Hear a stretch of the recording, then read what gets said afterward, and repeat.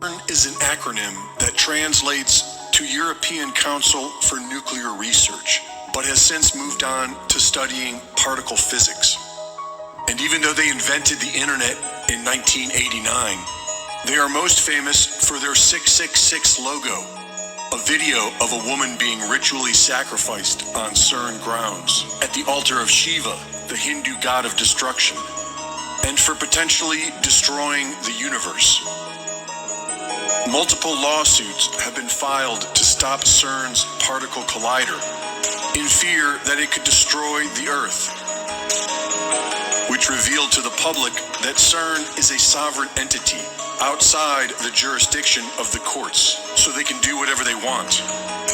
What is it that they're doing? It has to do with high-velocity counter-rotational spin, which was first documented in Nazi Germany's most secret program, Die Glocke, the bell. According to surviving documents, the bell was somehow affecting time and space. The most distinctive aspect of the bell was high-velocity counter-rotational spin, also known as torsion physics. Many are concerned that CERN is attempting to open a portal into another dimension that will allow demonic entities to enter ours. This was blatantly portrayed 6 years ago in a pagan ritual to celebrate the opening of the Gotthard Tunnel, just east of CERN. The dimension they would be attempting to open is already somewhat accessible. Do you hear voices in your head? If you do, then you likely know it's best to keep that to yourself, because a doctor will tell you that you are a schizophrenic. Modern psychiatry calls these voices auditory hallucinations.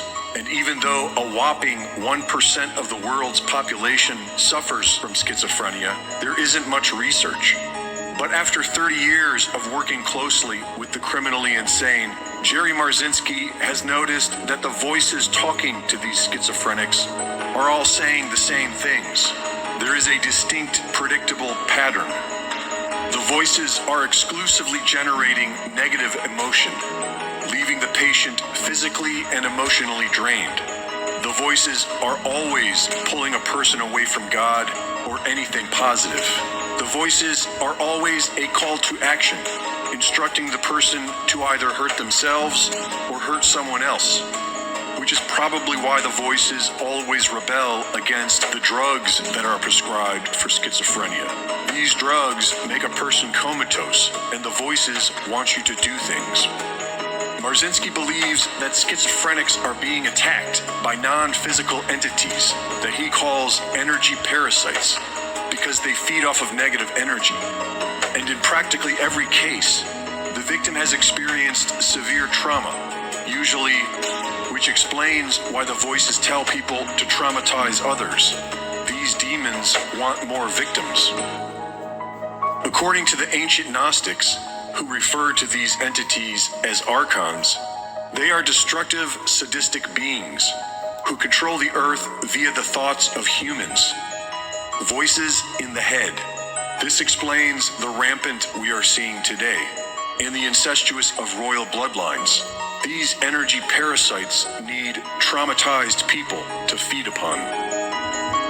Perhaps some of the thoughts in our own mind are not our own. Most schizophrenics claim that this is the case, but are told by doctors that they are crazy. Doctors who only give them lobotomies, electroshock, and drugs. And Marzinsky has only seen schizophrenics recover once they start seeing these voices as an external entity. They then realize that they can actually resist them, and the voices go away. And so, while CERN is a great mystery and a concern, the demons from another dimension may already be here, in our thoughts. So it's a good thing we all have free will. Well, that's what psychiatry says. That's what the psychiatric mafia said. And twice I've been pulled up on the carpet for asking schizophrenics what their voices were telling. And when I got to the state hospital, I worked at Central State Hospital back in the 70s, which is the biggest psychiatric institution on the planet. And one of the first things I noticed was nobody was curious about what these voices were telling these people. But it was clear that whatever these voices were, they were driving their behavior. They were telling them to do crazy things. They were telling them to hurt people. They were telling them to hurt themselves. And nothing in school prepared me for this. In school they said, "Oh yeah, they're hallucinations." That's what, and I was thinking, okay, if they're hallucinations, they're like word salad. You're not going to be able to make anything out of them. Until I saw patients walking around, arguing with them and carrying on conversations with them. So these were full-length conversations. They were, they weren't piecemeal. They weren't scattered all over the place. It was like listening to somebody talk to somebody else on the telephone, where you can hear one half of the conversations. What I found out was that the voices weren't hallucinations.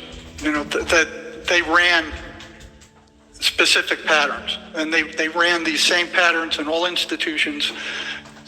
Several of them: emergency rooms, mental health centers, psych hospitals, private psych hospitals, and to get to those. Just I have a bunch of stuff here, but I know you want to get to and on there.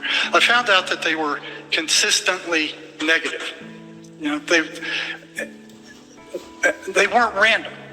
They were always negative. They were always telling the person rotten things about themselves and everybody else. They were telling them to hurt other people. They were telling them to do bad things. They were telling them to themselves. So this was a constant trait. They were consistently negative. They never said anything positive, and if they did, it was only to trip the guy up and get him to do something bad later. They would tell patients where drugs were. So if they ran out of drugs, especially with meth, the voices would tell them, "You be at this place at this time, and somebody will come with the meth." And that happened. I heard that from over and over again from several different people. They were anti-religious. Was one of the first things I saw at the state hospital, is that when the patients started reading the Bible or going to church, the voices acted up. They went nuts. That's what really triggered. That's when my occurrences started to amplify, when I started to read kind of the Bible on my own for the first time. But I'll get more into that later on in the show. Yeah, and chime in anywhere along in here. So that was strange. What kind of hallucination would be anti-religious? What kind of hallucination would act up every time the guy walked into a church or every time he tried to read the Bible? That's odd. And with the negativity, what holds them on such a negative pattern? I mean, they're not random. They're held onto this pattern. They're not neutral. They're not, they're not positive. They're not, they're consistently negative. They're trying to cause destruction of their target or host, or to incite as much negative energy as possible. So, we all get negative thoughts sometimes, but what these, I'll call them entities, do is that they amplify them in your system. They're like prodding you to get you to get more and more reactive, to kind of diminish yourself, to destroy yourself. Yeah, they want you upset, because what they do is they feed off of that negative emotional energy that they generate.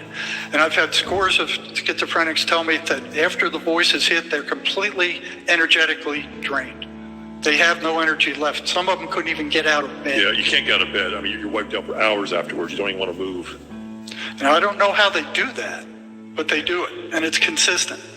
They feed off of that negative emotional energy that they generate in their victim. Is it always voices, or is it some type? I mean, can anyone see these things? Well, I'll get into that later on the show. Okay. The answer to that is yes. I have. And they look different, and I've felt them.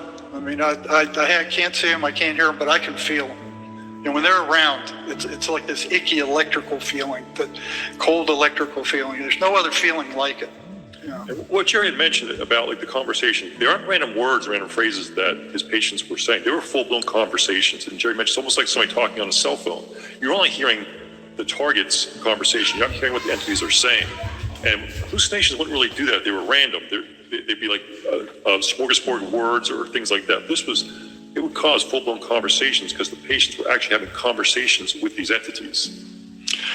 Well, they would also physically torment patients too, where they would give them headaches or body aches or stomach aches or make them nauseous if they tried to talk about them. They would warn patients not to talk about them. They warn patients not to tell psychiatry about them because they didn't like those medicines. The voices want to keep their victims stirred up all the time, so generate that negative emotional energy. And these psychiatric drugs are major tranquilizers. They're toxic major tranquilizers, but they're major tranquilizers, and they calm them down. So the voices don't like psychiatrists, and they don't like these medicines.